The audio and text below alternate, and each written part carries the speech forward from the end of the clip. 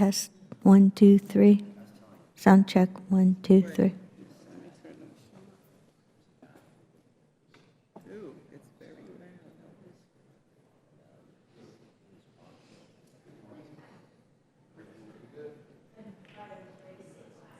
1, 2, 3. Sound check, 1, 2, 3.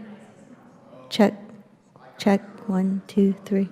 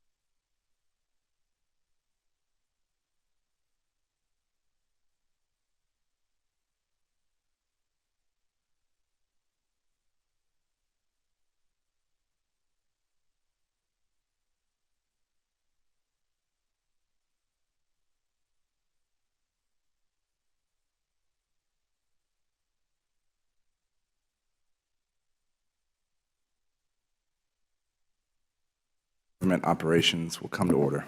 Without objection, the chair is authorized to declare a recess at any time. Good morning, y'all. The IT and government operations subcommittees have constantly highlighted the need for IT reform at large and the waste, fraud, and abuse that comes along with it. For real reform to happen, the federal government needs talented, experienced people to work on IT projects that are bigger than themselves. There's no question that there's a need to reform outdated laws. The current procurement structure prevents the proverbial two guys or two gals in a garage from selling technology to the federal government, when often their product may be cheaper and more innovative than another solution. It should be much easier for startups and small companies to sell to and work with the federal government. We need fresh ideas and an outside-the-box thinking to permeate all levels of government. 18F was launched just over 2 years ago with 15 staff members. Today, 18F has 185 staff members and growing, and has transformed into an entirely new division within the GSA, complete with its own commissioner and budget. How did that happen? What was its original mission? What is its current mission? Is it achieving its stated purpose to make the government's digital services simple, effective, and easier for the American people? If not, what can we change to ensure it does? Because that is the goal I think all of us are here today to support. Additionally, I have concerns about the funding mechanism with which 18F is supported. As the GAO notes, 18F is to recover costs through the Acquisition Services Fund and is required to have a plan to achieve full cost recovery. Recent reports suggest that it may be doing just the opposite. Today, I hope that we can gain a more transparent view of 18F's mission and the full scope of their activities. The United States Digital Service was formed in the wake of the failure of the launch of healthcare.gov to procure the outside talent, tech talent that was needed to make the website operational. Its stated mission is to improve and simplify the digital experience that people and businesses have with their government. I'm concerned with potential duplication and overlap. This committee is well aware of the costs associated with the duplicative and overlapping programs, and let me assure you, we don't need two more. This committee has held numerous hearings this Congress with agency CIOs as witnesses, primarily focused on the state of IT and cybersecurity at agencies and the implementation of FTARA, and we will continue to do so and hold agency CIOs accountable. FTARA is important because it will give CIOs greater budget authority and empower them to make bold decisions. But with the power also comes accountability. We will hold CIOs accountable for their decisions. Under FTARA, nothing of any significance related to IT should be happening at agencies without the involvement and sign-off of agency CIOs, period. I'm concerned by reports that USDS teams may parachute into an agency, fix whatever they perceive was the problem, and then leave without the full buy-in and involvement of the agency's CIO. That should never happen. It is contrary to the entire purpose of FTARA. I hope to hear today concrete steps USDS is taking to ensure they involve agency CIOs from the beginning when working on a project at an agency. As usual, Mr. Powner and GAO have done great work in this area, and I would highly advise both 18F and USDS to implement GAO's recommendations. As I've said before, taxpayers deserve a government that leverages technology to serve them rather than one that deploys unsecure, decades-old technology that places their sensitive and personal information at risk. They also deserve a federal government that is transparent. We can harness the power of the cloud, we can upgrade our legacy systems, we can get smart people to come work for the federal government. We can do all this because despite our problems, America is still a country of innovators.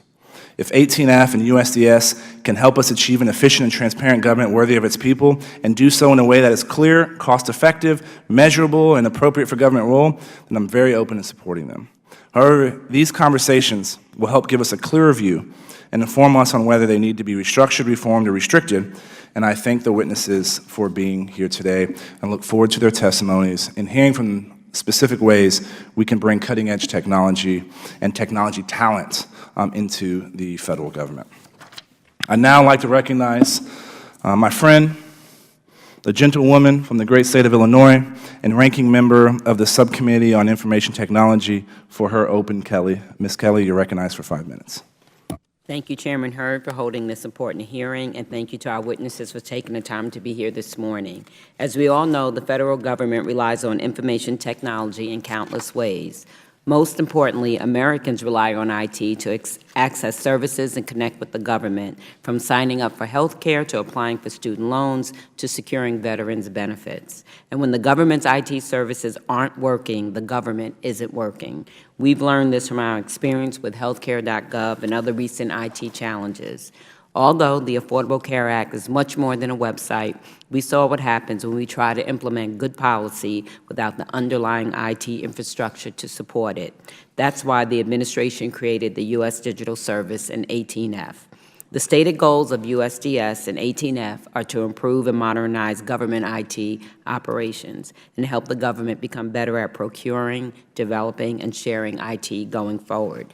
These are worthy goals, and the USDS and 18F have made great strides toward reaching them. For example, USDS has helped the Department of Homeland Security launch an online immigration review process.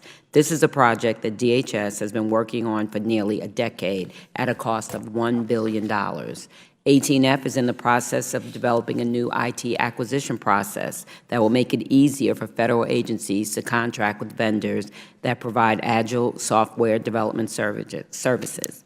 I look forward to hearing more about these and other success stories today. One of the greatest achievements of the Digital Service and 18F have been the ability to attract and recruit incredible talent from the tech industry into the federal government. At almost every hearing we hold, I ask agency heads to list some of their greatest challenges, and without fail, we hear about the challenges of recruiting and retaining a talented IT workforce. I've been impressed by 18F and USDS's ability to open the door to public service in one of our fastest-growing industries. These employees are using the knowledge, skills, and experience they've gained in the private sector to help improve federal IT. In addition to recruiting the best and the brightest in tech talent, we need to continue leveraging the resources and expertise that of our partners in the private sector. They are eager to help bring federal IT into the 21st century. I look forward to hearing from the witnesses and how the mission of these offices differs from what the private sector offers through government contracts. What value added do these programs bring? How are your roles changing, and what limitations do you face? But in order for the Digital Service and 18F to fully realize their potential, they need to be transparent about the good work they are doing. They should also continue to engage stakeholders and Congress so we can all understand the important role they play in modernizing federal IT and help shape the role going forward. Thank you again to our witnesses for being here and to my colleagues for holding this important hearing. I yield back. Thank you, and I will hold the record open for 5 legislative days for any members who would like to submit a written statement. And we'll now recognize our panel of witnesses. I'm pleased to welcome Mr. Mikey Dickerson, Administrator of the U.S. Digital Service. Thank you for being here, sir. Ms. Phaedra Crusos, Commissioner of the Technology Transformation Service at the Government Services Administration. Thanks for being here, and thank you for the information you and your staff have provided us in advance of this hearing. Very important to understand what y'all are doing and help us with our oversight role and make sure we can support y'all on the activity. So that kind of back and forth is really important. Mr. A.R. Trey Hodgkins, Senior Vice President, Public Sector at the Information Technology Alliance for Public Sector. Thank you for being here. And Mr. David Leduc, Senior Director of Public Policy at the Software and Information Industry Association. Appreciate you being here. And last but not least, and number one in our hearts, Mr. David Powner, Director of IT Management Issues at the U.S. Government Accountability Office. Always a pleasure to have you here today, sir. Welcome to you all. And pursuant to committee rules, all witnesses will be sworn in before they testify. So please rise and raise your right hands. Do you solemnly swear or affirm that the testimony you're about to give will be the truth, the whole truth, and nothing but the truth? Thank you. Please be seated. Let the record reflect the witnesses answered in the affirmative. In order to allow time for discussion, we would appreciate it if y'all would limit your testimony to 5 minutes. Your entire written statement will be made part of the record. Now, I'd like to recognize Mr. Dickerson for your opening statement. You're recognized for 5 minutes. Thank you, Mr. Chairman. Chairman Hurd, Ranking Member Kelly, Chairman Meadows, Ranking Member Connolly, and all members of the subcommittees, thank you for the opportunity to appear before you today.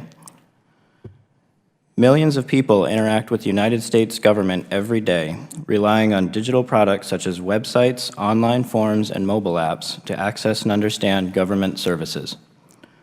Americans are accustomed to the high standards of service set by the private sector, but outdated technology and complicated user interfaces can sometimes make interactions with the government frustrating and inefficient. Americans deserve simple, effective digital services. We are in a new era of technology and innovation in the U.S. government, and we are using the latest technology to deliver better services, engage Americans, and tackle tough challenges. President Obama launched the United States Digital Service less than 2 years ago as a means to improve our nation's most important public-facing digital services. The U.S. Digital Service, or USDS, is a collaboration between our country's top technical talent in product design and software engineering and the government's brightest leaders and civil servants who work in partnership to apply private sector best practices to our digital services. In 2014, the small team of technologists initially planned to focus on 3 projects, but with additional funding and the support of Congress starting in fiscal year 2015, the size and scope of the USDS has increased. Today, the USDS has small teams working on high-priority projects with a number of agencies across the government. The work of USDS is centered on 4 main goals. First and foremost is to transform critical services. The USDS is focused on improving our nation's most important public-facing services. The team helps to manage technology projects working alongside civil servants and IT contractors. The second goal is to rethink how we build and buy digital services. The USDS is working to modernize procurement processes and practices for the digital era by developing training programs and tools that enable federal contracting officers to apply industry best practices to digital procurements. By increasing the technical knowledge and expertise of contracting officers, the federal government can partner more effectively with the IT private sector, who will continue to deliver the majority of the government's digital services just as they do today. Our third goal is to initiate the development of common platforms and standards. The USDS is working to identify pilot opportunities for common platforms that can improve services needed by multiple agencies. And our fourth goal is in support of the others, is to bring top technical talent into public service. In support of these goals, the USDS plans to bring 200 digital service experts into the federal government by the end of 2017. The long-term goal is to build and sustain institutional capacity within agencies while simultaneously encouraging a tradition of public service in the tech professions. In the short amount of time that the USDS has been operating, we have seen success in many projects, especially under the following circumstances. When the USDS team is small and focused on a high-priority project. When agency leadership is engaged and supportive. When the USDS team is tightly integrated with existing contractors and career staff.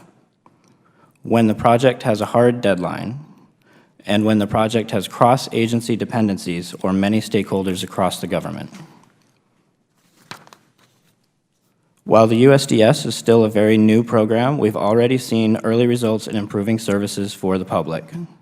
For example, vets.gov is a single unified digital experience to provide veterans access to the information they need about the VA's benefits, such as educational assistance, health care, and economic opportunities.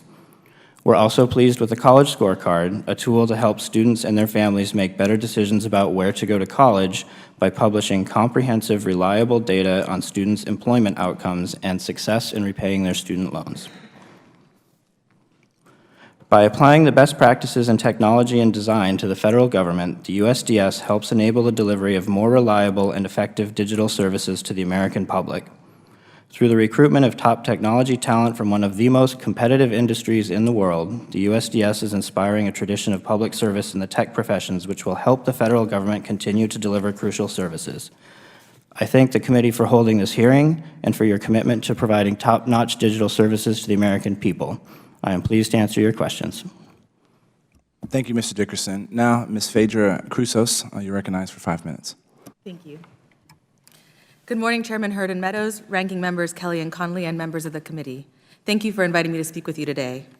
I left the private sector 2 years ago to join the federal government's efforts to improve the public's experience with the government. Having founded and successfully led 2 internet companies prior to joining public service, I'm particularly excited to speak with you about 18F, an organization that is helping bring government closer to the technology practices and methodologies of the private sector. As you know, GSA's mission includes providing the best value and technology to the federal government and the American people. The work of 18F is a vital part of that mission. In March 2014, recognizing that too many of our government's digital services are not designed to meet the needs of the people who use them, are not delivered on time, and are often over budget, GSA launched 18F, a 15-person startup within its agency. In the last 2 years, 18F has grown to 185 people, attracting cutting-edge technologists from both the industry and the public sector, and has worked on more than 150 projects with 63 federal entities. The organization has also evolved its service offerings to respond to the technology needs of its agency customers. This 2-year-old startup is making progress towards its mission of making the government's digital services simple, effective, and easier to use for the American people. I'd like to highlight just one example of 18F's work. In June of 2014, 18F signed its very first interagency agreement with the Federal Election Commission that asked for help in making the 90 million records they house more readily accessible to the public. It was the first time FEC had worked with an agile, user-centered team like 18F, and our work has transformed the way they approach technology today. In the words of our partners at FEC, we got so much more than a website, we had a complete culture change about how to do user-centered design and agile. This project embodies the way 18F works, a focus on data, a close partnership with stakeholders and users, building in the open, and the opportunity for the transformation of practices and processes within our customer agencies. Early on, during engagements such as this one with the FEC, 18F recognized that a team of in-house technologists in government simply cannot, on its own, rebuild the federal government's vast information technology systems. We also needed to partner with the private sector. One of 18F's first joint efforts with GSA's Federal Acquisition Service was the creation of the Agile Blanket Purchase Agreement, a new contract vehicle designed to provide 18F and their agency customers access to the innovative technical talent that exists in the private sector today. 18F's partnership with the private sector is integral to the success of its efforts and is crucial for scaling this organization's impact across the federal government. The promise of 18F's work aside, I recognize that this young organization has room to improve its operations significantly. 18F was launched as a startup in government 2 years ago, and the organization is learning while it scales and matures. The insightful analysis and recommendations put forward by the Government Accountability Office will contribute to our learning and help 18F become a stronger organization. We value transparency and welcome continued oversight of all of our efforts from GAO, the GSA Inspector General, and this committee. I'd like to close by emphasizing that the scale and scope of the technology challenges facing federal agencies is larger than 18F could ever address on its own. As the committee noted in a recent hearing, the need for the federal government to improve its technology is imperative to creating a government that's transparent, effective, responsive, and secure. Addressing the challenges we face in this area demands continued leadership and close partnership with the Office of Management and Budget, federal agencies, and the private sector, which will continue to play a critical role in delivering technology solutions that agencies need. Thank you for the opportunity to speak with you today, and I look forward to answering your questions. Thank you, Mr. Powner. You're recognized now for 5 minutes for your opening remarks. Chairman Hurd, Ranking Member Kelly, and members of the subcommittees, thank you for having us testify on our ongoing work looking at GSA's 18F and OMB's U.S. digital services. For each of these organizations, I will provide a brief overview, positive developments, and areas that we believe need improvements. Starting with 18F, it was established in March 2014. Its mission is to transform the way the federal government builds and buys digital services. Agencies come to 18F for their services and pay for these services since 18F is funded out of a revolving fund within GSA. Therefore, it operates on revenue generated from its business instead of an appropriation. Their plan is to start having full cost recovery in 2019. 18F has over 170 staff and has worked with approximately 20 agencies on more than 30 projects. These projects include building secure websites, obtaining cloud services, and providing consulting and training on agile practices. 18F has worked on some major IT projects like the U.S. immigration transformation and the VA benefits delivery system. They also have 2 initiatives where agencies will be able to quickly access agile and cloud services. Our customer satisfaction survey showed that most customers were pleased with their services. We think they could do a better job on defining outcome-oriented goals and performance measures. During the course of our review, they developed these goals and measures. Some of these are good, like saving $250 million and having a 90% customer satisfaction score, but others, like growing their staff to over 200, are not outcome-oriented. We also think there should be measures and targets for full cost recovery. 18F acknowledges that these goals and metrics need further development. Now turning to USDS. It was established in August 2014. Its mission is to transform the most important digital services for citizens. USDS typically goes to agencies in that they do not charge agencies for their services because they have an appropriation. For fiscal year 16, they plan to spend about $14 million. USDS has about 100 staff within OMB. It has worked with approximately 11 agencies on about 15 projects.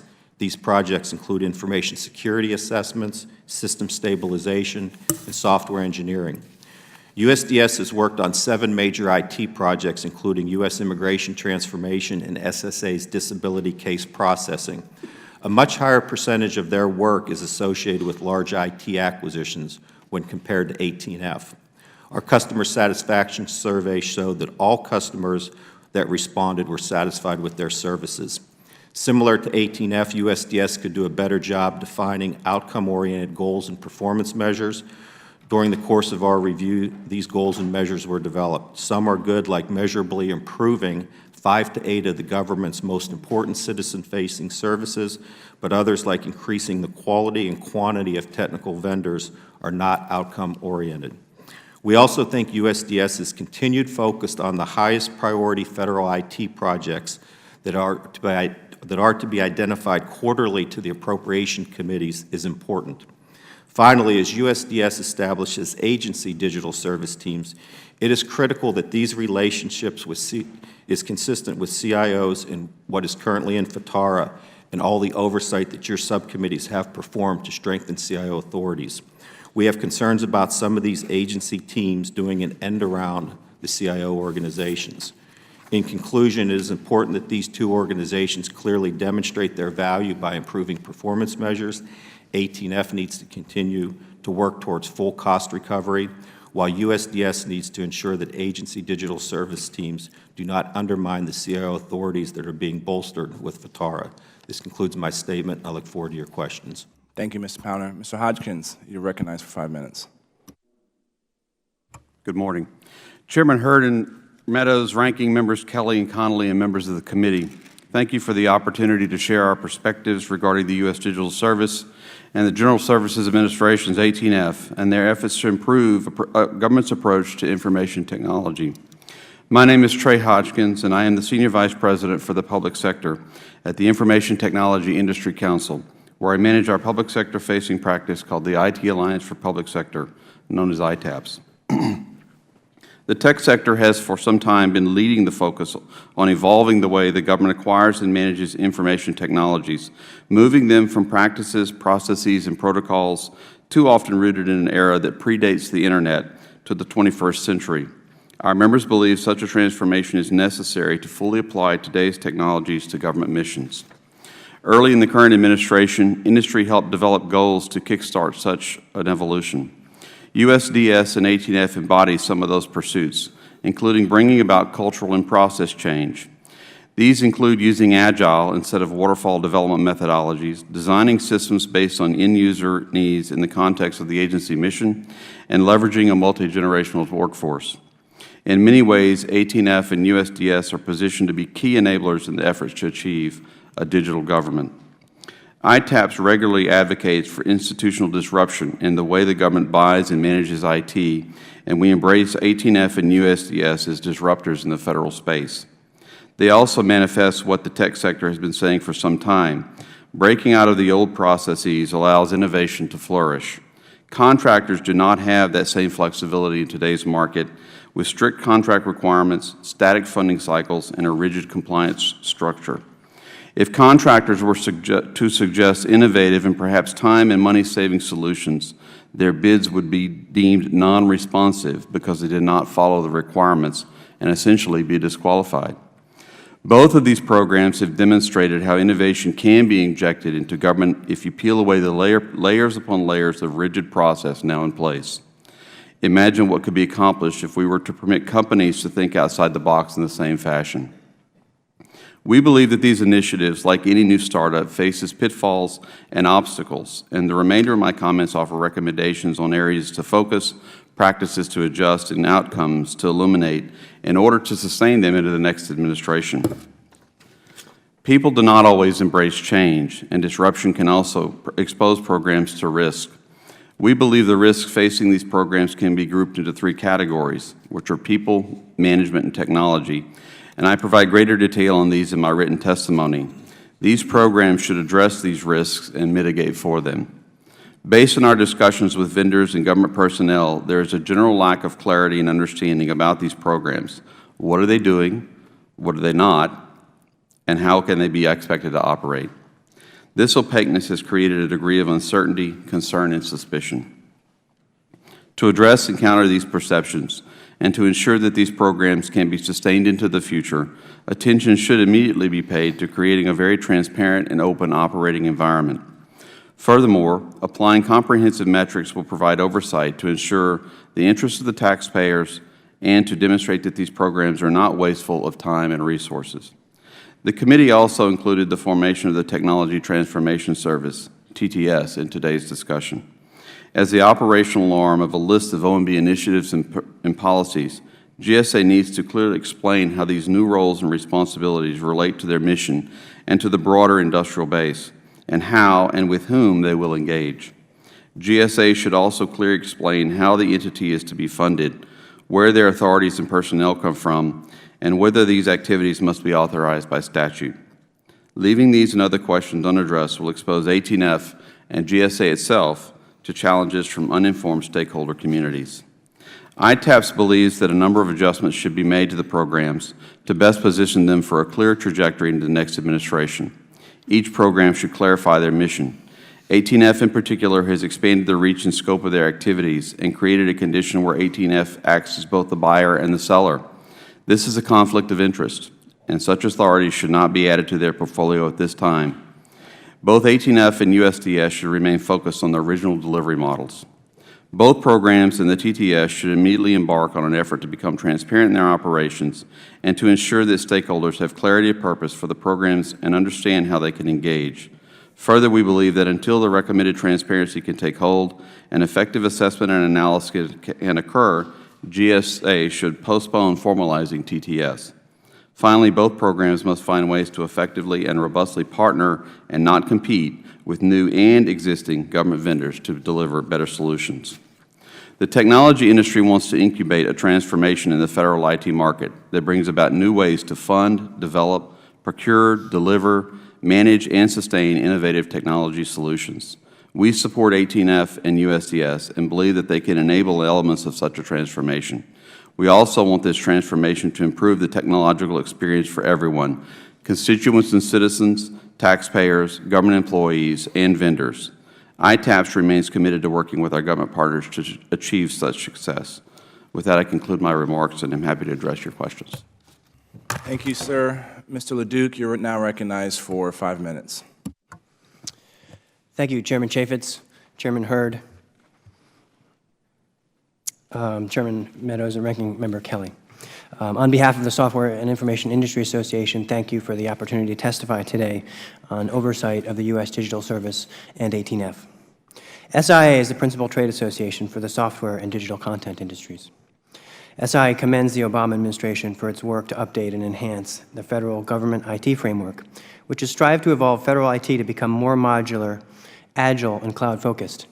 And we support much of the core missions of both the USDF, USDS, and 18F to help agencies buy and share efficient and easy-to-use digital services.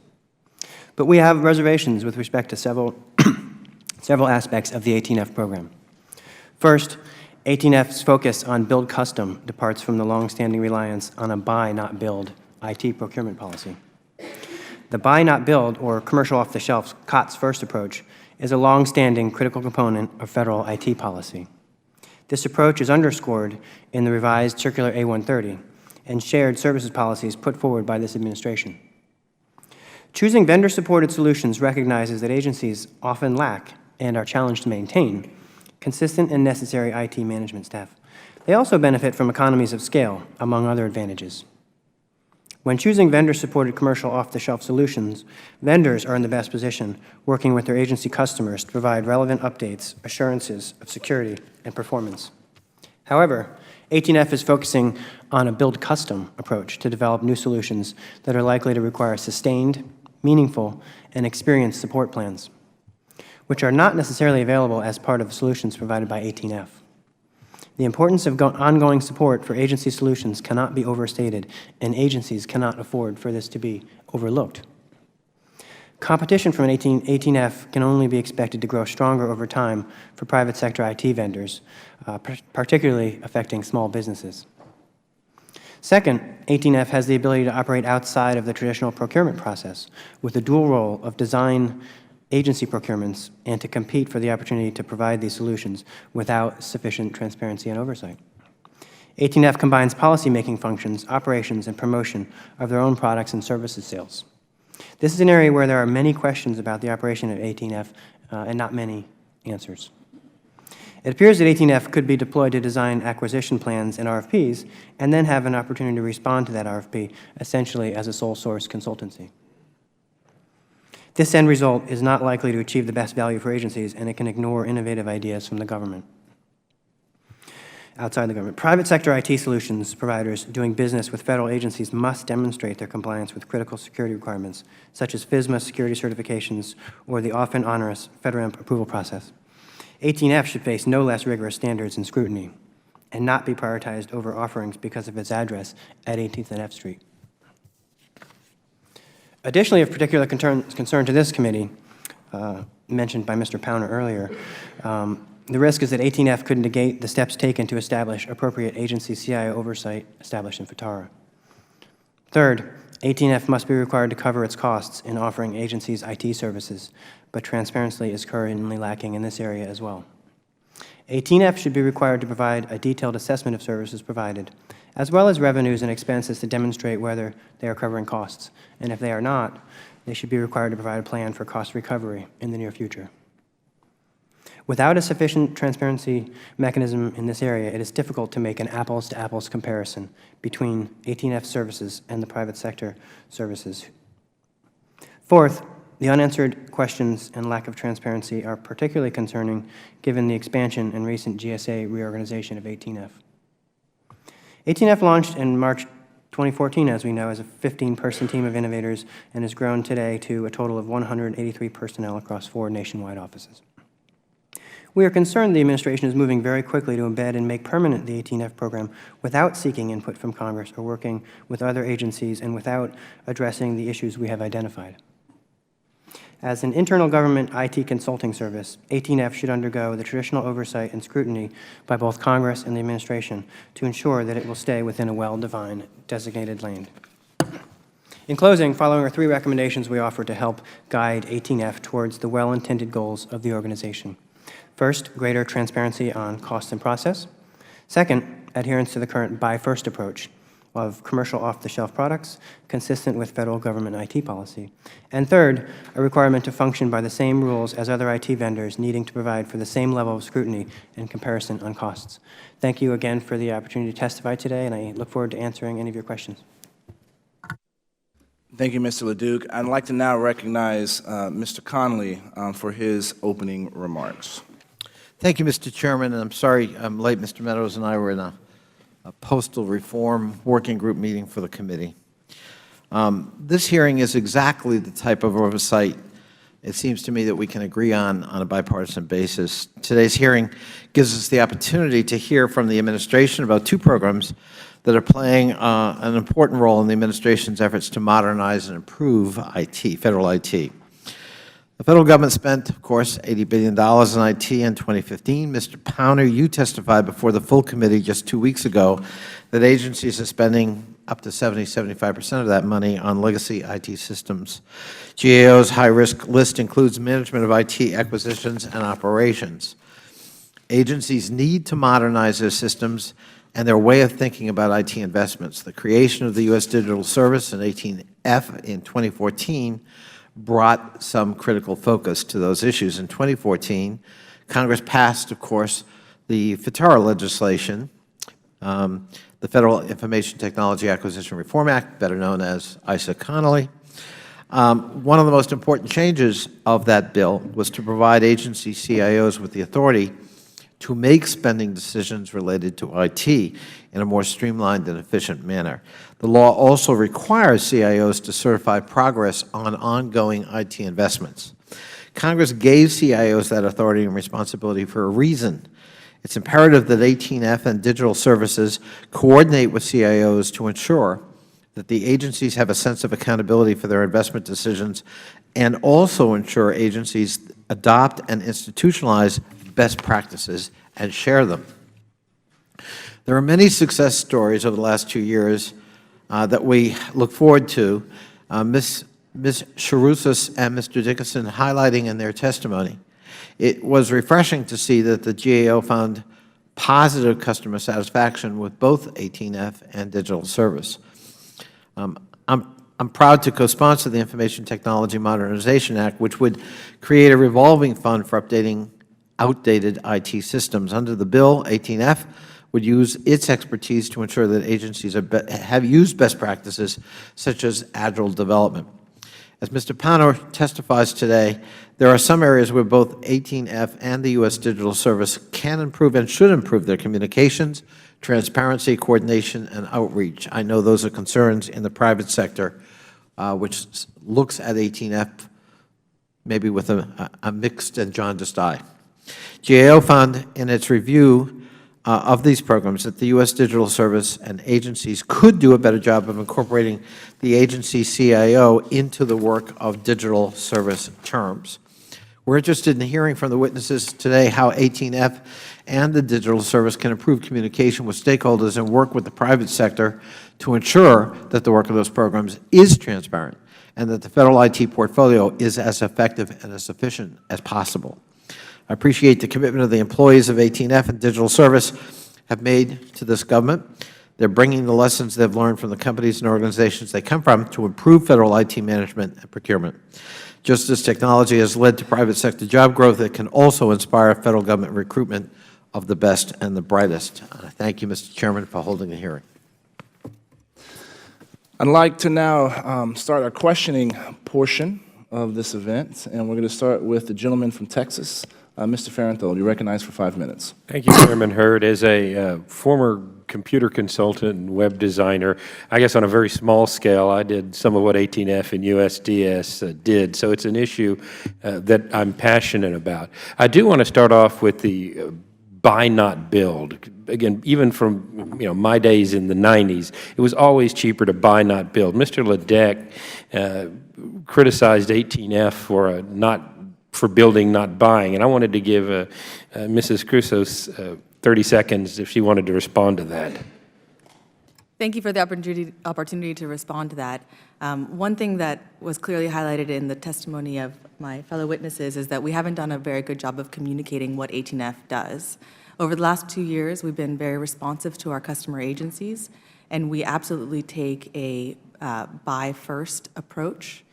We have one service line that builds out prototypes and light web services, but that's done not in competition with the private sector, but as a way to showcase modern methodologies and practices to agencies. All right, now you indicated you came out of the private sector and into government. I want to ask another broad general question here. There's a very different mindset, especially in the startup world in California, or even working in a big company like Google, where you have these big campuses with bicycles everywhere and free meals. How does the government compete for IT talent against that? In one word, it's patriotism. So all of the people that come and join us are very mission-oriented, and they're leaving behind cushier environments, let's say, to come and work on projects that impact the American people. And you look at the technology and startup world, and there is a mentality of of risk-taking, and there's a huge push. The buzzword is disruption. You change fundamentally the way things are done. Now, obviously, the government is not in a position to take risks, and I think you can do technology without risks. Banks have indicated that. We get much. I can do my banking on my phone now and feel relatively safe about it. But how do you bring into the government a culture of disruption, as that's how we really are going to fundamentally transform how things are done? And I'll let you answer that, Mrs. Crusos, and then I'd also like to hear from Mr. Leduc on that. Thank you. I think that's the delicate balance that we're always trying to balance. How do you bring innovation but still make sure that it complies with all of the government policies is something that I personally think about every day as the Commissioner of the Technology Service and as I try and mature my organization. I think H&F faces this, the digital service teams and agencies face this, the innovation labs and agencies face this. And so you think that's the reason that it takes so long to get something done in government IT? Is that the primary reason? The balance? Of trying to, basically that. Yeah. I believe it's a delicate balance. Even the private sector, large companies in the private sector haven't figured that out either. Okay. Mr. Leduc, did you want to, I'm sorry to rush you, I just only have 5 minutes. No, I mean, I think that makes a lot of sense. I mean, we're supportive of the goals of 18F and you know, their approach to, as they say, hack the bureaucracy. You know, that's necessary in many areas, and we want to see more innovation. We want to see more small startups brought in. So. Okay, great. And then, so Mr. Dickerson, Mrs. Crusos, can you each tell me what you consider to be your group's biggest success story? Just, 10, 15 seconds here. Sure. It's very difficult to pick just one, but one success story that we're proud of is vets.gov, which is a unified experience where veterans can get access to services that they need. Okay, and what about 18F? What do y'all consider your biggest success? Our biggest success is the Agile Blanket Purchase Agreement, which is bringing in Agile talent from the private sector into government. All right, so Mr. Dickerson, let's talk. You talked about vets.gov. Your top 10 priorities include electronic health records for Veterans Health Information Systems and Technology and Architecture. That's Visit A medical appointment scheduling system, and Veterans Benefit Management System. I have had countless hearings, and my number one source of complaints from my constituents is poor service from the VA, many of which are IT related, even to the point of suicide calls going to voicemail. Where are we going on that? Why can't we get that done faster, and what are y'all doing to fix it? Thank you. We're completely sympathetic and also feel just as acutely as you do the opportunities for improvement in all of those services at the VA. I have a small focus team at the VA as we speak today, working on a few targeted opportunities in that service space. Okay, that doesn't sound like it's big and bold enough to solve the problem. So I would urge you to do that. Is 18F doing anything with the VA at this point? We had worked in partnership with the VA Digital Service team about a year ago, and we worked on a small component of their bigger picture. All right, well, I think we need to sit down with the VA and you guys to see if we can get y'all working together because, again, I think the poor performance of the VA is a national disgrace that needs to be addressed. I have a lot more I could do, but there are a lot of people here and I'm out of time, so I'll yield back. I'd like to recognize the ranking member, Ms. Kelly, for 5 minutes of questioning. Thank you, Mr. Chair. 2 weeks ago, the full committee held a hearing on the federal government's use of outdated legacy IT systems. We learned that the federal government spent about $80 million on IT last year, most of which was spent on these old systems. Clearly, we need to find a better path forward, and that's where the digital service and 18F come in. Mr. Leduc, in your written statement, you said, and I quote, "We support much of the core mission of both the USDS and 18F." What role do you think the digital service and 18F can play in the Obama administration's efforts to modernize federal IT? Thank you for that question. As I mentioned, we're very supportive of of the different thought process that 18F brings, and their goal bringing in innovative IT companies, small IT businesses, and integrating that into agency solutions, working alongside of agencies to help them in designing their procurements and deciding what types of technology they need. We think 18F can be particularly helpful in that role, consulting to agencies to help them obtain the right technology. Okay.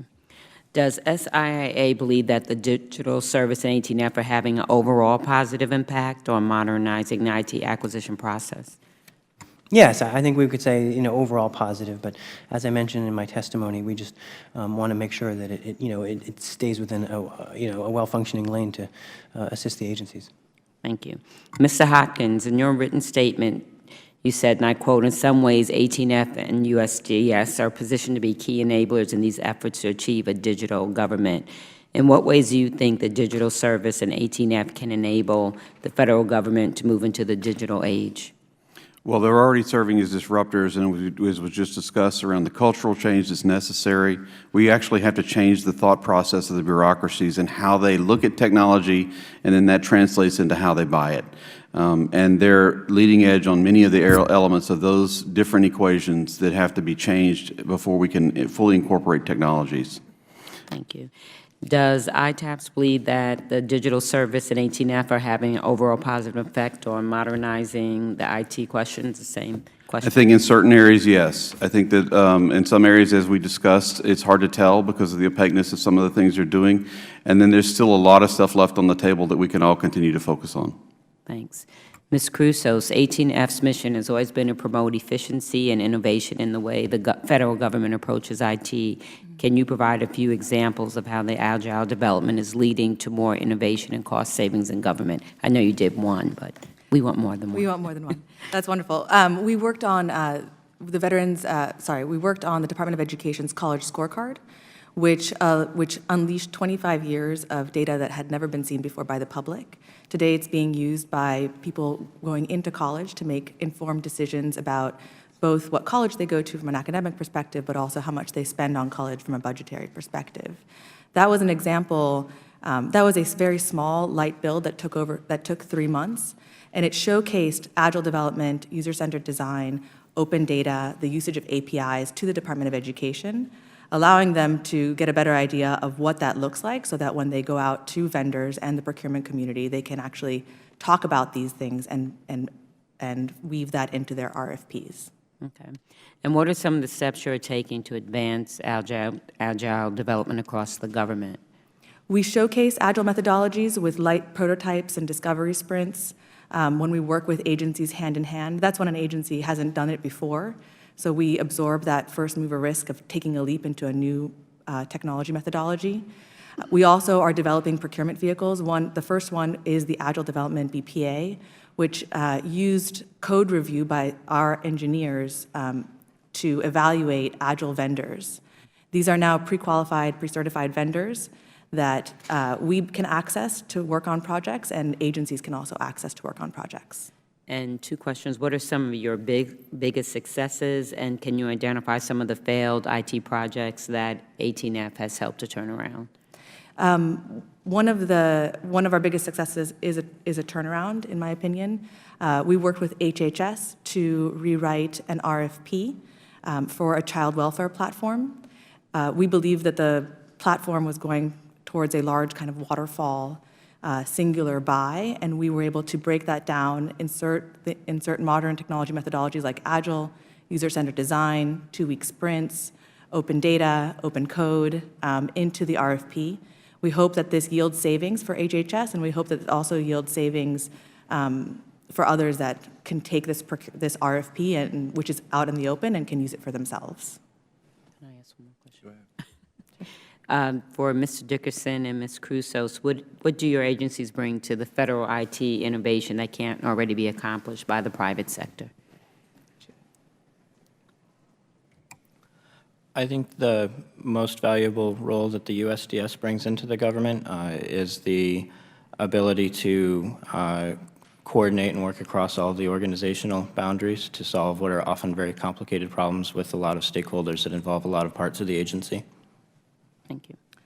And I believe that we act as a as an ecosystem where talented people from the private sector can come in and learn how to adapt their practices to government and then show government how to do that.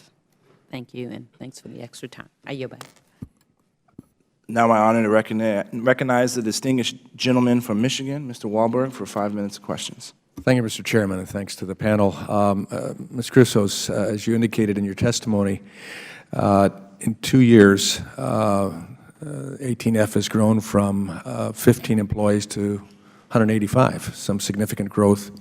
You also indicated part of 18F's mission is to help federal agencies buy, build, and deploy technology the way the private sector does today, hopefully with efficiencies that the private sector does in many cases.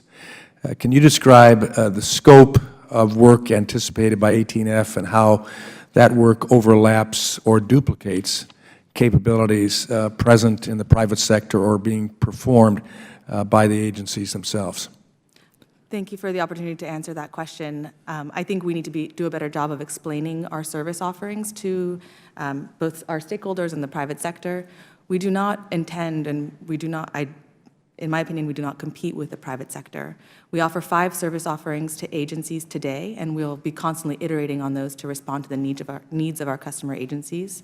The first is to lightly prototype or build small builds to be able to showcase modern methodologies to agencies, which often yields in those agencies going out to the private sector to hire developers that work like us. We offer acquisition assistance, where we add an engineer or a technical subject matter expert to the table next to the contracting officer to help them rewrite requests for proposals so that agencies can buy smarter. We offer some light guides and workshops that help agencies understand how to practice modern technology methodologies in the government. We offer consultation services to CIOs who want to deploy to the cloud. These are the kinds of things that we offer, and I believe that our vantage point from bringing in private sector individuals into the government and explaining to them how the government works and then adapting those technologies out is where we play in this space. Going from that, with the rapid growth that you've had, who are you hiring? Are you hiring programmers, program managers, acquisition staff? Who are the hires? Technical folks, engineers, design thinkers, usability experts, definitely product managers that can help product manage teams that are coming in through the Agile BPA. Those are the types of hires that we're hiring. Where do they come from? They come from both private and public sector. So we've looked across our organization. I actually sign off on every hire. And we've seen people come from Microsoft, come from Twitter, come from Booz Allen, come from Sunlight Foundation. What's their average tenure?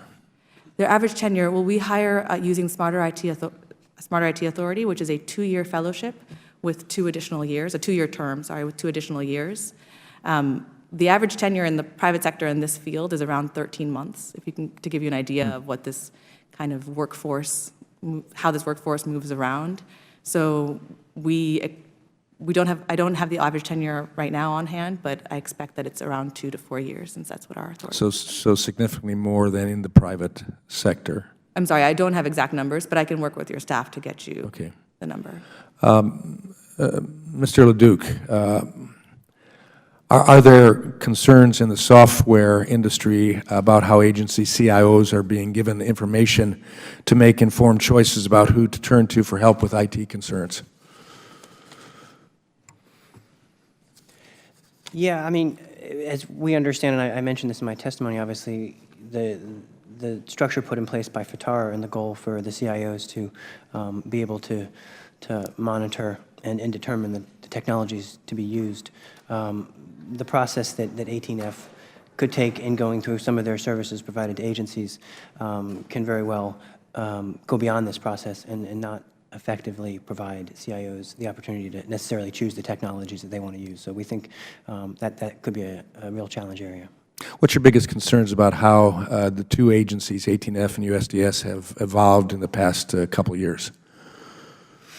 I think, as I mentioned, the biggest concern is about an evolution and a rapid growth of an entity like 18F that's not necessarily really visible in how they're behaving. You know, if they're making technology decisions very quickly outside the traditional mechanisms, while that can be a really good thing, you know, as is the goal of 18F to be modular and flexible, and we support that, rapid growth in this area without significant oversight and transparency could really lead to just a bunch of single-handed decision-making that could not provide agencies with the best solutions.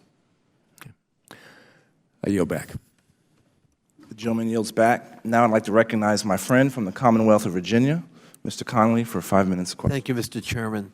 Mr. Powner, can you help us understand, because I think Mr. Wahlberg's line of questioning overlaps my anticipated line of questioning, which is, what is the value proposition here? Why do we have 18F and USDS? What is the value to the government, and how does it avoid competing directly with the private sector? Why not just issue a RFP for these services like we normally do? Well, you could clearly do that. I think when I look at 18F and you look at where you could go procure really quick, agile services and consulting and that, there's some value in that, no doubt. Having agencies innovate on a small-scale basis and expand it, that makes a lot of sense with 18F. Mr. Dickerson, we've always supported a SWAT team out of the White House that could parachute in, help save healthcare.gov, and we know there are a lot of problems with large acquisitions. There's a top 10 list that goes to the appropriation committees. You guys got an updated report yesterday. We need to fix those large projects. There's a lot of opportunity there. The legacy side of things, not just acquisitions, but swapping out these old legacy where we have a lot of data conversion, application conversion, that's where USDS could really help the federal government. Our concern, these groups, if done right, make a lot of sense. We want to make sure they're transparent, they demonstrate value, and we have cost recovery taken care of with GSA, and then with USDS, that it's consistent with what we're trying to do with the CIOs. Under FTAR. Under FTAR, correct. Right, I'll come back to that. Mr. Hodgkins, do you accept that explanation from the private sector point of view, that this is sort of a bit of a carve-out, it's not a direct threat, not intended that way, and it's to give us some more, fast response time capability within the federal government with some kind of presumably limited scope? I think that to some degree I agree with that answer, although I would share that many of our members continue to, again, because of the opaqueness of the operations, they're not entirely clear that this isn't directly competing with activities that they believe they can deliver. And as I referenced in my testimony, there's a great degree of frustration about the narrative of bringing in new companies because we want innovation. Our members are frustrated because they feel that the government-unique acquisition process has tamped down their ability to deliver that innovation rapidly in agile ways. They do that for their commercial customers. They have those that are government-unique or solely in the government space, have counterparts in the commercial marketplace that do that. And so, to my point in my testimony about unshackling the federal government industrial base, those companies believe that they can also deliver capabilities to the government market in the ways that these entities are doing it. So do you see it as direct competition, or at least down the road? I think that we have to figure out how to break these molds that are out there that we, for some of them are decades old, and I think this is a great way to start doing that. But I think we also have to spend a lot of time and attention on taking the best practices they create and translating that, because as they've noted, a lot of what they've done has been to help frame, frankly, relatively smaller projects. There has not been necessarily the attention to the really big projects, which we believe the kinds of 56-year-old systems this committee exposed are also going to end up being. They're going to take some time and they're going to take some resources. Yep.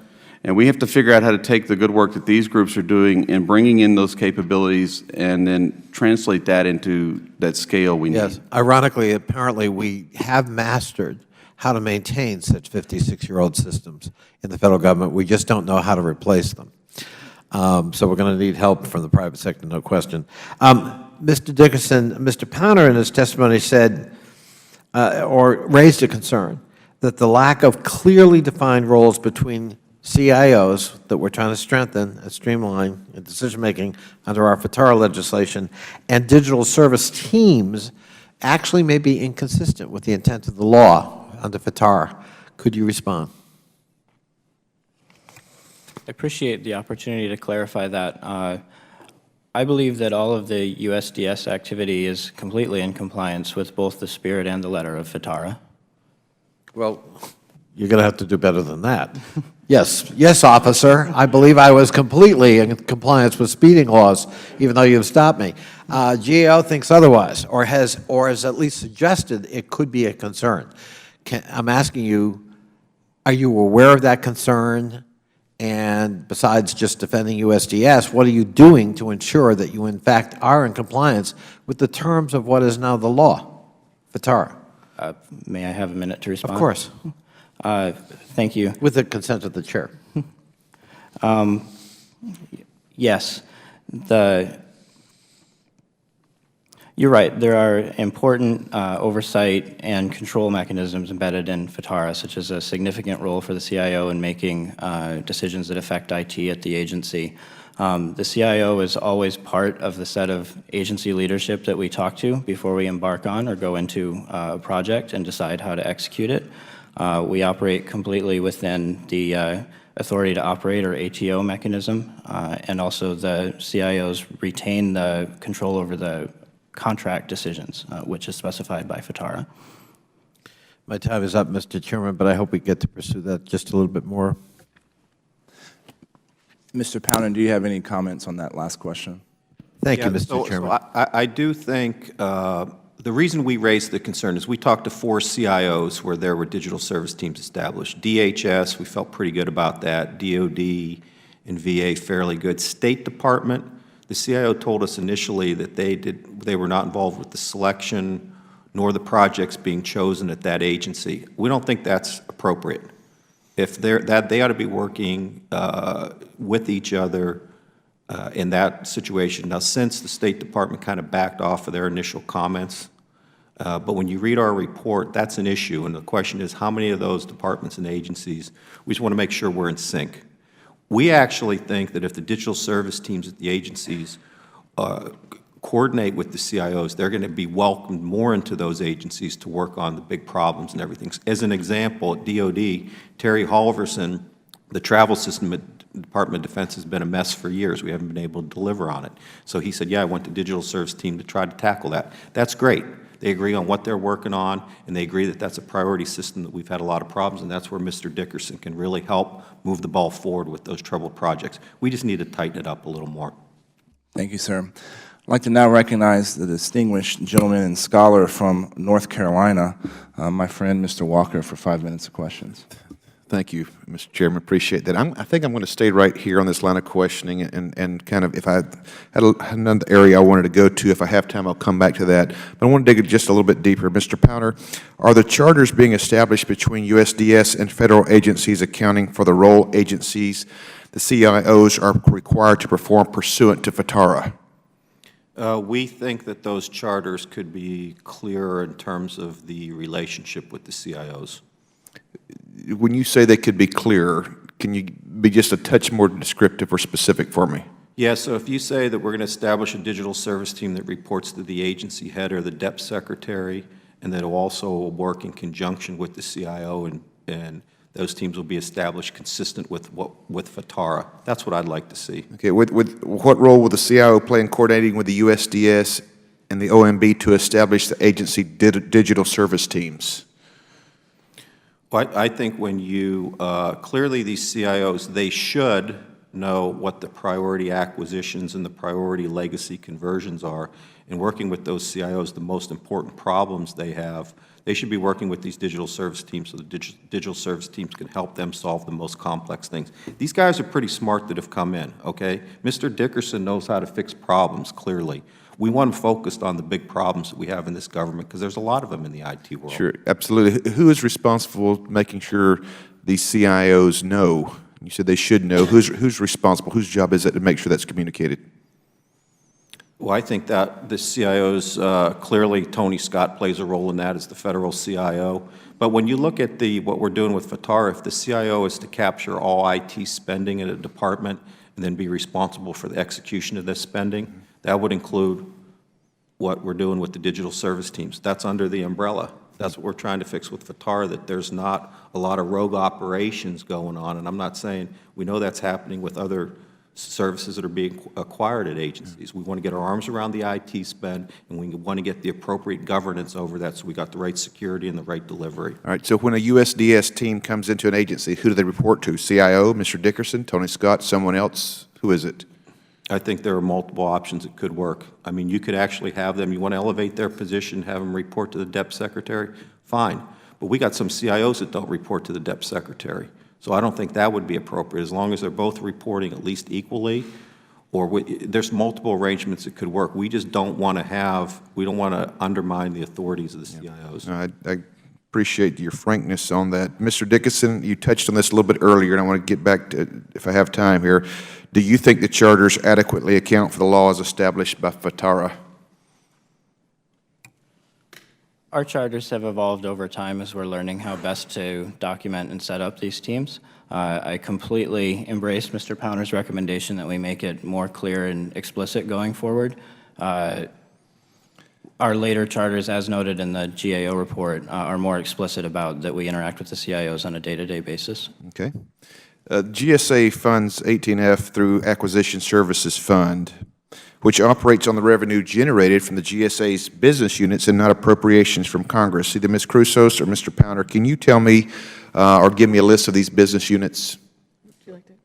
Oh, at GSA, sir? Yes. Business units include the business units under the Federal Acquisition Service, like ITS and GSS. It also includes 18F. Okay. Annually, can you tell me how much these units produce for the ASF? I can only tell you the numbers for 18F, unfortunately, but I can work with your staff to get you that information. And maybe a couple weeks, would that be, can you have it as long as there's nothing else happens in your life? Next couple, okay. Yes. Okay. I will work with your staff to make sure we get it to you in time. Fair enough. What are the statutory authorizations to collect such revenue outside of the appropriations process? That's something, we talk about the incredible expansion in the last 2 years. Something obviously is the American people see more and more bureaucracy expanding. So this, from an accountability standpoint, somebody explained to me, Ms. Crusos, Mr. Powner, that it's a statutory authorization to collect this revenue. Well, GSA's mission is to provide the best value in real estate acquisitions and technology. And GSA uses this reimbursable fund to invest in programs that can support that mission and ultimately can support agencies in their mission. So, Okay, I've got 20-something seconds. Why is it, or let me ask it this way, do you think it's intentional to have this revenue placed outside of congressional jurisdiction, control and oversight? Is it intentional, or why is it? I don't believe it's intentional.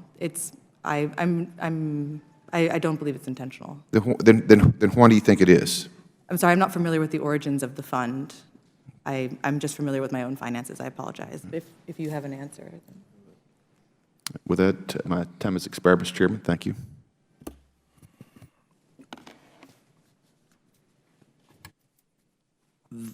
The government's messed up, right? The way we buy IT goods and services is messed up. We have difficulty getting smart people that have the technical skills to solve the problems of the future is difficult. And what I think should ultimately be happening is everybody that's sitting at this table right now, y'all should be holding hands and working together, because y'all all ultimately have the same goal. Because the only way that we are going to get a digital infrastructure within the federal government that is that the American people deserve is if we break some things on the inside, right? And that we utilize the talent of the private sector as well. And but the mentality of the startup mentality in the federal government, where it comes to disruption, is important, but the federal government doesn't have the appetite for the level of risk that the startup community has or the venture world has, right? And so that's the one thing that doesn't transfer between you know, with that narrative. And we have a responsibility to all of our constituents, which is the American people, that we're using their money wisely and smartly. I think these programs conceptually are great programs. And my first question, and maybe we start with you, Mr. Dickerson, how do you decide what projects you work on? It's a very complex process. I will try to make it brief. I spend a tremendous amount of time, and my other members of the leadership team spend a tremendous amount of time gathering information from all over the government, the agency leadership, stakeholders everywhere. Time out. Can I make a suggestion? That work is already being done. There's a GAO high-risk report. That high-risk report identifies some of the key projects that are $1 billion or more that are having issues, right? Under FITARA, we have established a number of areas.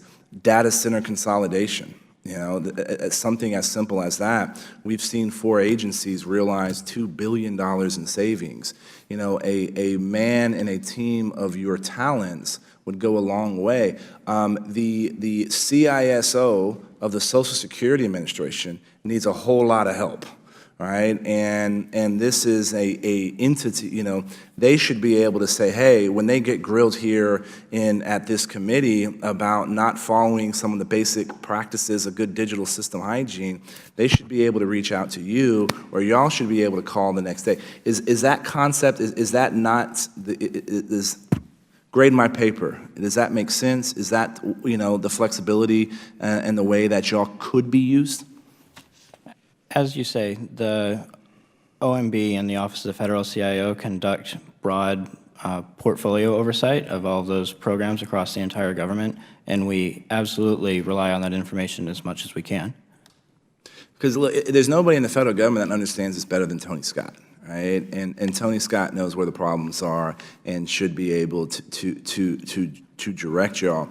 But when I look at some of the list of successes, as somebody said earlier, these aren't the tectonic changes that we likely need in order to see our governments get into the current century, let alone the next century. Right, Ms. Crusos, do you have an opinion about our prioritization process?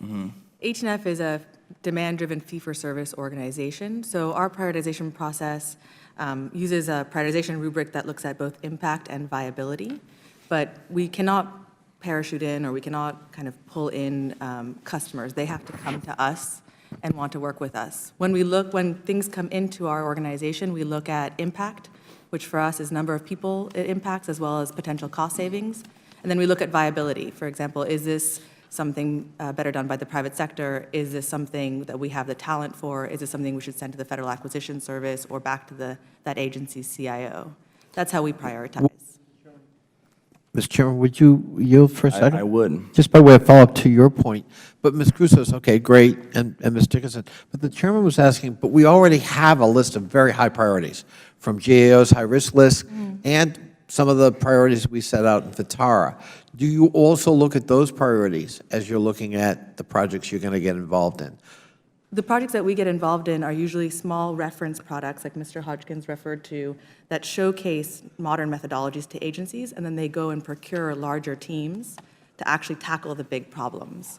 So we don't look necessarily at that GAO high priority list. We don't believe that's our function. Thank you, Mr. Chairman. Let's talk a little bit about IT procurement. IT procurement is something I spend a lot of time talking about, and I've said a number of occasions, IT procurement is not a sexy topic. IT procurement, you're not going to hold a rally for IT procurement or a parade. However, you know, this Agile Delivery Service blanket purchase agreement concept is a concept that I think could change this, right? And if we fix this, Ms. Crusos, I will hold a parade on IT procurement, and you will be the Grand Marshal. But can you please expand on this Agile Delivery Service and its use of blanket purchase agreements with vendors? Yes, if you had told me as well that IT procurement was something I'd be passionate about 2 years ago, I would have told you you were crazy. But, Ms. Cruces, could you move this closer to you? sorry, but I believe it's, I personally believe it's the single most impactful way to impact what we're trying to do in the government and to move the government forward in technology. The Agile Blanket Purchase Agreement shows a lot of promise because for me, it shows what happens in terms of breaking down some of the procurement barriers that Mr. Leduc and Mr. Hodgkin spoke of. When you put an engineer next to a contracting officer and you let them speak and you let them get their minds together. We took engineers from 18F and contracting officers from the Federal Acquisition Services, and we put them together and we gave them a problem. Can you find us a way to access really innovative, modern, technical talent? And they said, yes, if we look at this and say, instead of asking for pages and pages of documentation and past history, but instead we ask businesses to submit live code in an open GitHub repository, and then we have engineers look at that code and assess it, we'll be able to get to better talent. So how do you, take us through how you choose the vendors, how many vendors are there, and how does 18F work with agencies to choose one of these vendors? So the blanket purchase agreement is like a pre-selection of vendors. So we work with engineers and contracting officers to go through the documentation the way that you would with any procurement vehicle.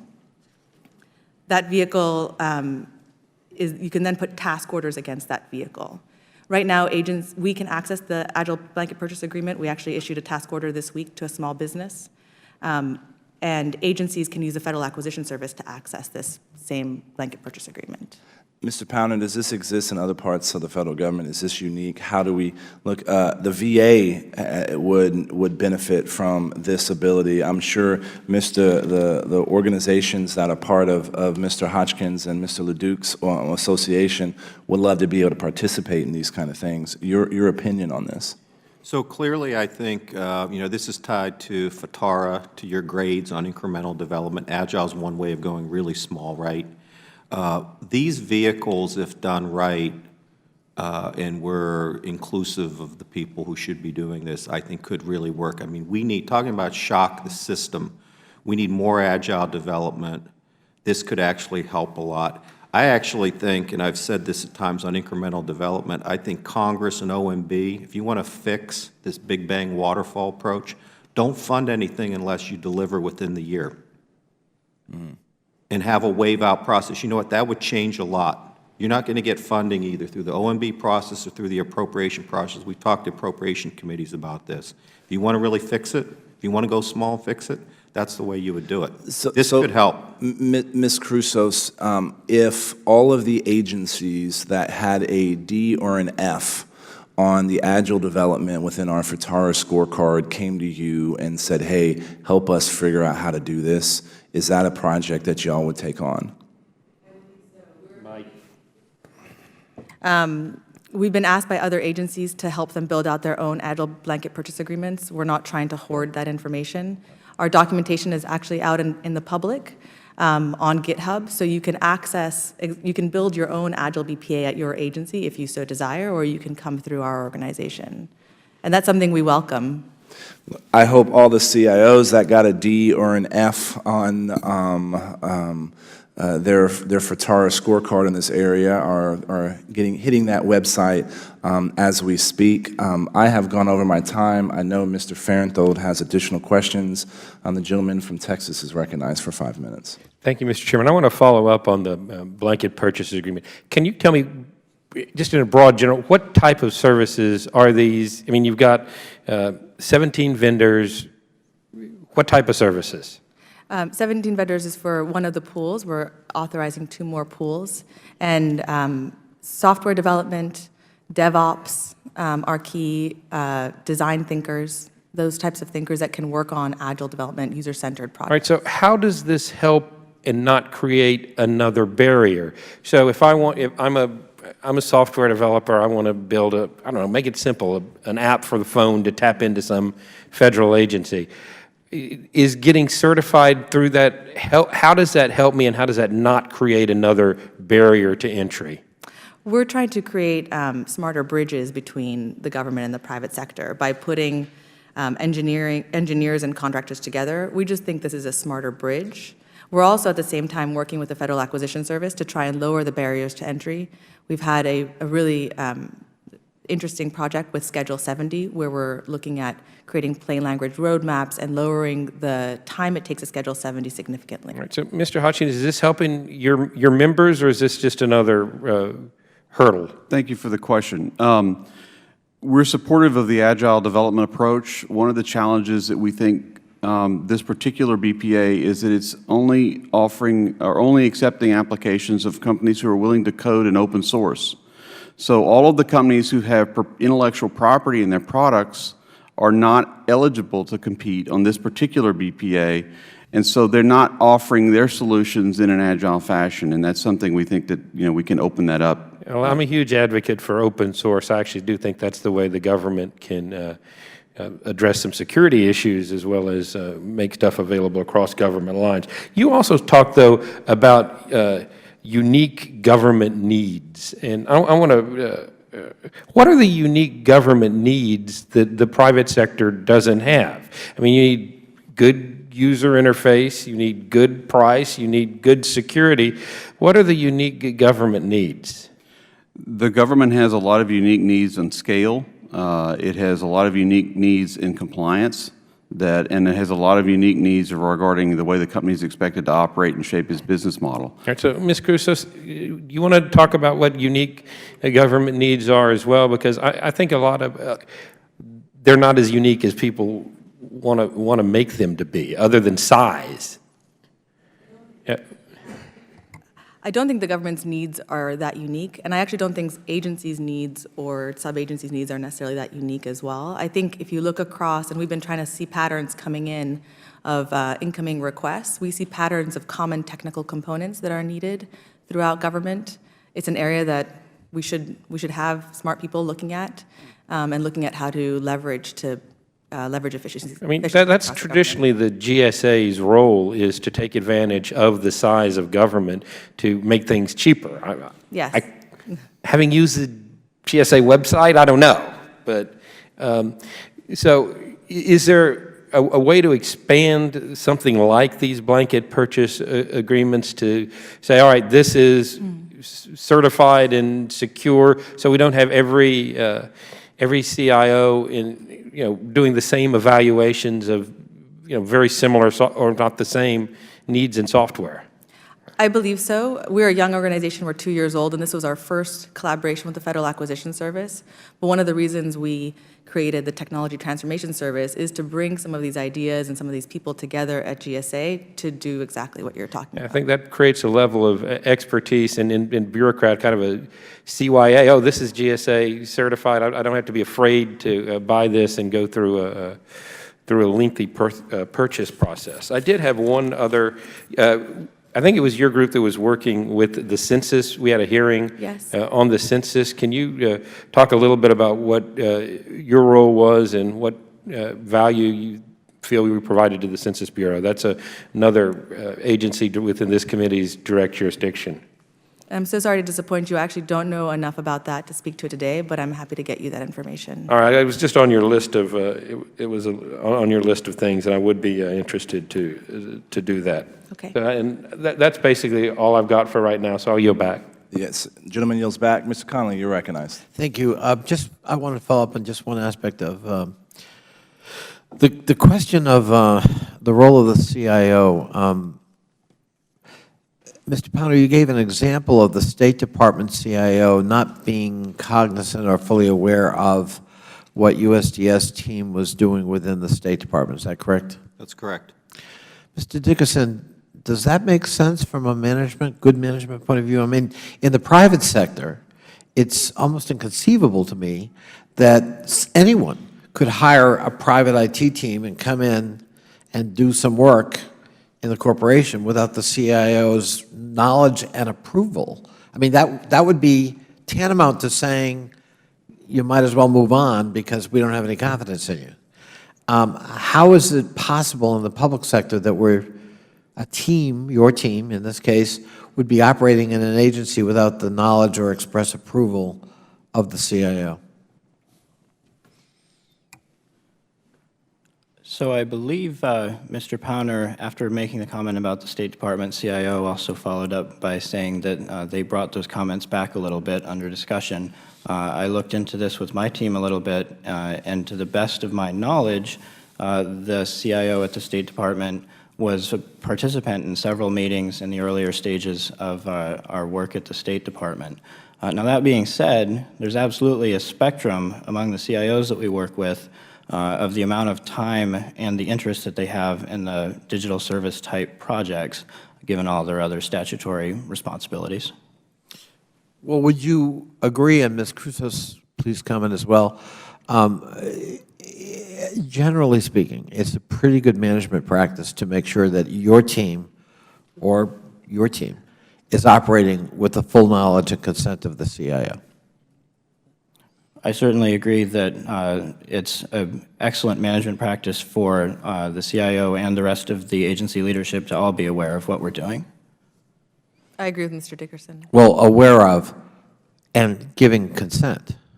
And giving input and consent, yes. Yeah, okay. Ms. Crusos? I agree. Okay. Mr. Powner, any last comment on that issue? Because I remember in FITAR what we're trying to do without doing it by fiat, we're trying to evolve to a system where there is a hierarchy and that the CIO is empowered to make decisions and streamline and monitor procurement and pull the plug when it goes bad and look at things in more bite-sized, manageable pieces and make sure the other things we're talking about, legacy systems, data center consolidation, going to the cloud, trying to tap into the domain expertise of the private sector where we don't have it in the public sector, all those things are to be encouraged. What we didn't do is say there shall be one CIO, but that is clearly what we're kind of hoping, that there'll be one premier CIO who is aware of what's going on and the various moving parts. Mr. Powner, final word on that issue. Well, I think we're heading in the right direction. Look, we know from many of your hearings, we have a few CIO organizations that are a bit dysfunctional. They really don't have the right authorities and cultures that they grew up in. And there's some agencies where we really need to tighten that up and fix it. So I think there's a lot of wheels here going at the same time. But the long-term solution is fixing the CIO problem. Yeah. And potentially, these two programs can be tools for them actually to strengthen that, but we just don't want to have rogue operations that actually unwittingly detract from the goal, the broader goal we're trying to achieve in FITAR. I thank the Chair. I'd like to recognize Ms. Kelly.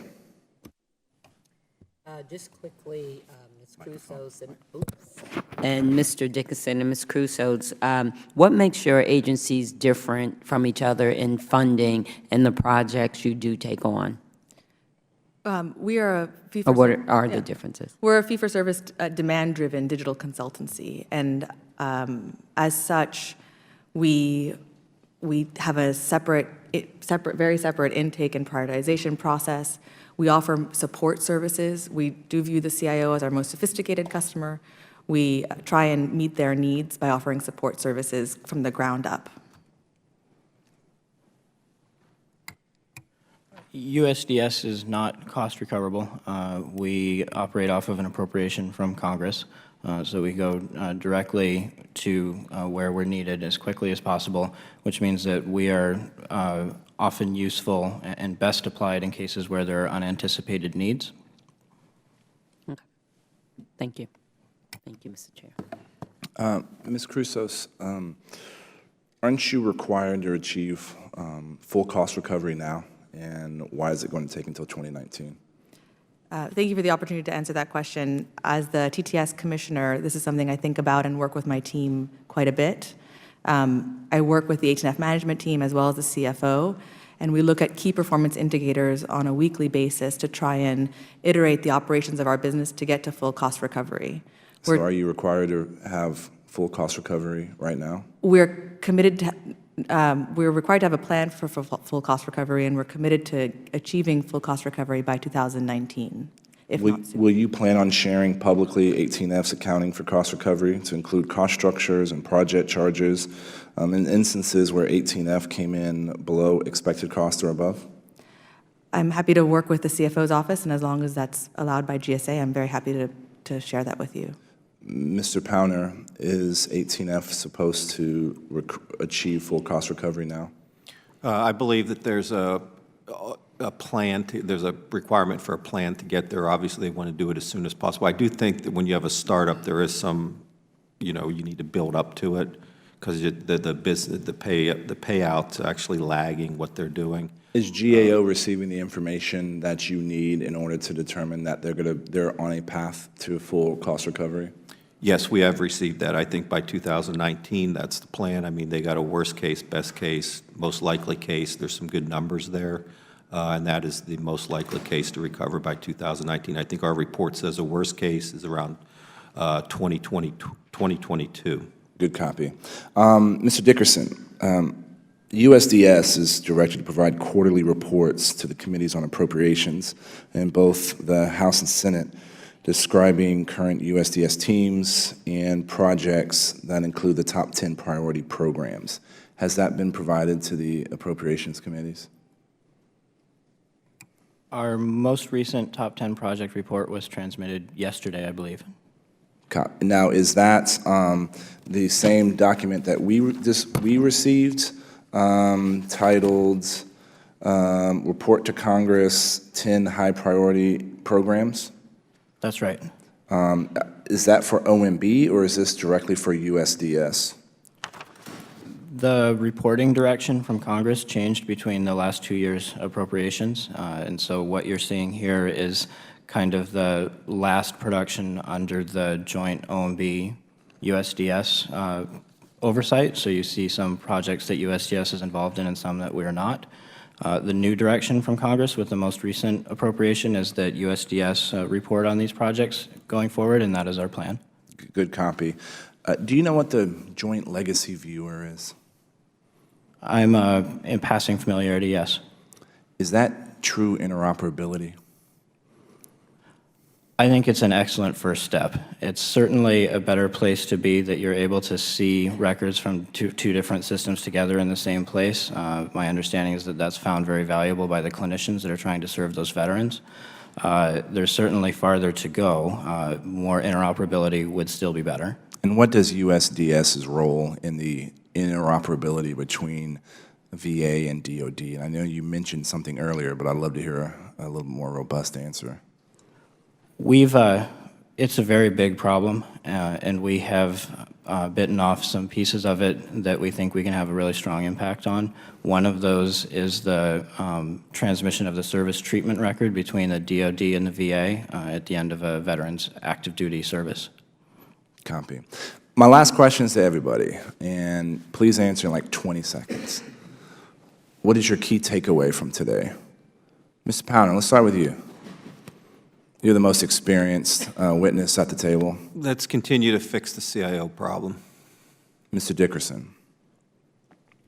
I'm very gratified to hear unanimity on the point that 18F and USDS have an important role to play in improving our overall government services. I certainly take away the point that there are many parts to this problem, and all of us have an important role to contribute to it. And I'm happy to embrace the recommendations from GAO. Ms. Cruces. The single takeaway is that we cannot do this alone. It's a very ambitious and important goal that we all share between us, and that more information sharing is better. Mr. Hodgkins. Thank you again, Mr. Chairman, for letting us be here. The takeaway for us is that we support these programs. It's good to hear that they are on a good trajectory. We want to keep them that way so that these activities can be sustained in the next administration. But this is a big problem, and they're a part of a solution, but they're not the whole solution. Mr. Leduc, you get the last word.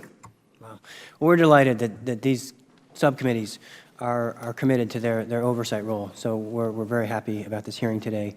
We're delighted that GAO has done a very thorough review in their work, and we believe that combined, these two things together can really help to focus 18F and USDS. I'd like to thank our witnesses, especially Mr. Dickerson and Ms. Crusos, so y'all is testifying for the first time before Congress. I appreciate all y'all taking time to appear before us today. If there's no further business, without objection, the subcommittees stand adjourned.